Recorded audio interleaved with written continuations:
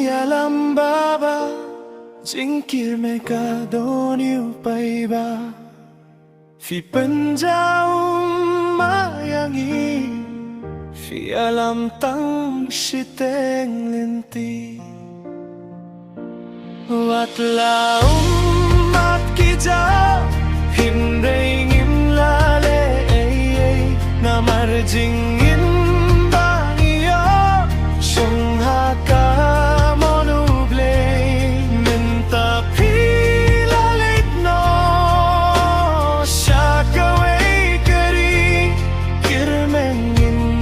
ya sempat Kunong yalam ya pi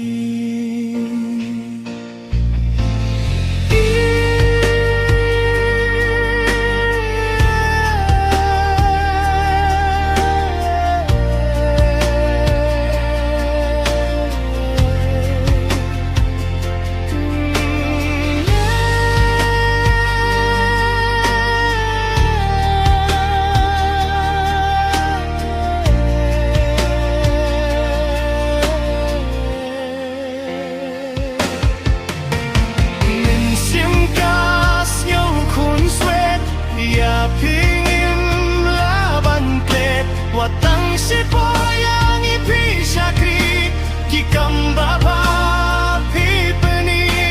Minta pila leit nang neto Kun maulem yangi Kermen ya pingin sayoi Syakaway pat kari Wat laum mat kijam Henreng Jing in bang iyo Shong ha ka monuble Minta pila leit no Shaka way kari Kirmen ya sempat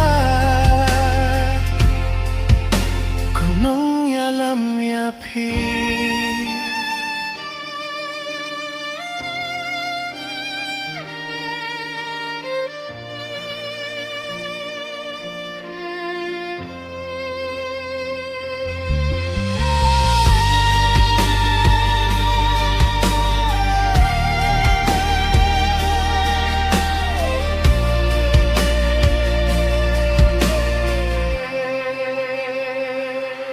Wat laum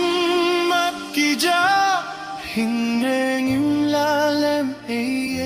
Na mar jing im bang iyo Shong ha ka monuble